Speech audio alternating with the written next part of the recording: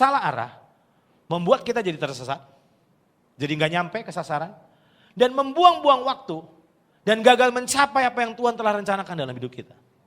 Jadi saya melihat bahwa hari-hari ini kenapa ada banyak orang Kristen nggak kemana-mana, muter lagi ke situ lagi, ke situ lagi. Karena ternyata hidupnya sedang salah arah. Arah yang benar adalah semua harus mengarah ke Kristus, bukan ke diri kita. Nah, saya mau tutup dengan ini. Lihat, ini kalau masih salah arah, yang frustasi saudara sebetulnya. Lihat ayat ini. Yakobus 4 ayat 3, ternyata doa pun arahnya salah, juga gak kekabul. Lihat ini. Yakobus pasal 4 ayat 3 berkata, atau kamu berdoa juga. Jadi ayat ini buat orang yang malas berdoa atau rajin berdoa? Buat orang yang rajin berdoa. Atau kamu berdoa juga, tetapi kamu tidak nerima apa-apa. Karena kamu salah berdoa. Sebab yang kamu minta itu kamu hendak habiskan untuk memuaskan hawa nafsumu. Bukankah ada ayat berkata mintalah maka akan diberi? Tapi kenapa kok ayat ini bilang atau kamu berdoa juga tetapi kamu tidak menerima apa-apa karena kamu salah berdoa? Loh kenapa? Sebab yang kamu minta itu kehendak kamu habiskan untuk memuaskan hawa nafsumu. Terjemahan bahasa Indonesia sehari-hari diterjemahkan apa saudara? Dan kalaupun kalian sudah memintanya, kalian toh tidak mendapatkannya. Sebab tujuan permintaanmu salah. Apa yang kalian minta adalah untuk kesenangan. Apa? Untuk kesenangan. Saya mau tanya. Pernah ngeramai doa yang gak ada hasilnya? Jangan-jangan doa yang gak ada hasilnya karena doamu salah arah. Di dalam Contemporary English Version digunakan kata apa saudara? Because you pray just for selfish reason.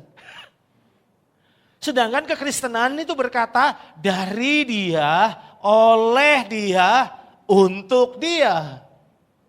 Kembali, ini bukan bicara buat kita, tapi buat Tuhan. Di dalam terjemahan Today English Version digunakan kata because your motive are bad. You ask for things to use for your own pleasure.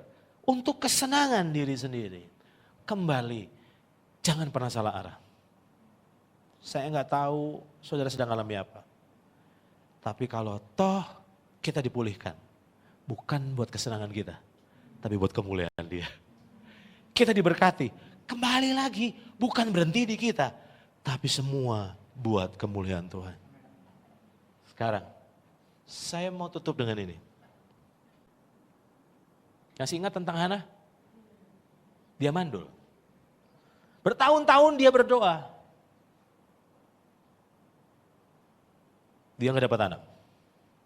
Aib, dipermalukan, dihina. Sampai dia harus merelakan suaminya menikahi wanita lain demi bisa melanjutkan dan meneruskan keturunan. Dia berdoa, dia berdoa, dia berdoa, dia berdoa, dia berdoa, dia berdoa. Kok sepertinya gak ada hasilnya? Kenapa? Masih ingat di 1 Samuel pasalnya yang pertama ayat 9 sampai 11. Dia berdoa lagi. Nah pertanyaannya kenapa waktu dia berdoa waktu itu didengar sama Tuhan, sedangkan yang sebelumnya kok enggak? Saudara nangkap maksud saya? Ternyata kalau saudara lihat ayat 9 sampai 11, saudara baru tahu rahasianya. Apakah itu? Pada satu kali setelah mereka habis makan dan minum di Silo, berdirilah Hana. Sedang Imam Eli duduk di kursi dekat tiang pintu bait suci Tuhan. Dan dengan hati pedih ia berdoa kepada Tuhan sambil menangis terseduh-seduh.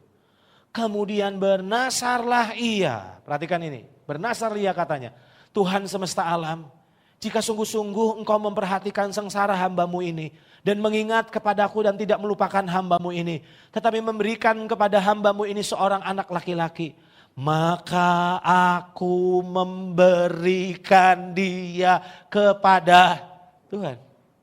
Untuk seumur hidupnya dan pisau cukur tidak akan menyentuh kepalanya. Sebelumnya dia doa, arahnya kemana? Ke dia.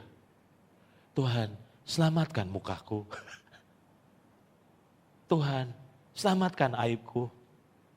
Saudara paham maksud saya?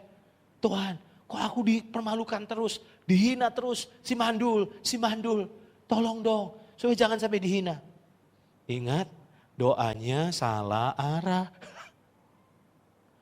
Tapi waktu arahnya mulai benar, dia bilang berikan aku anak supaya aku bisa mempersembahkannya kepada Tuhan. Doa itu, doa yang arah yang benar. Dan doa arahnya benar, doa itu akan didengar dan dijawab oleh Tuhan.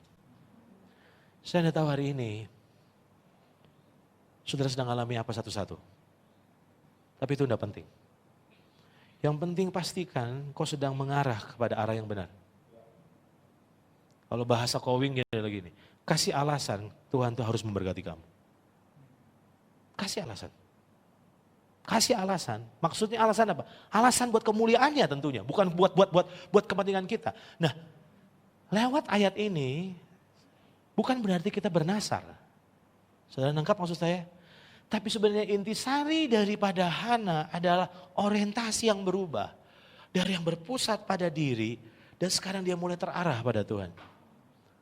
Sekali lagi, kekristenan itu bukan self-center, tetapi Christ-center. Dari dia, oleh dia, bagi dia.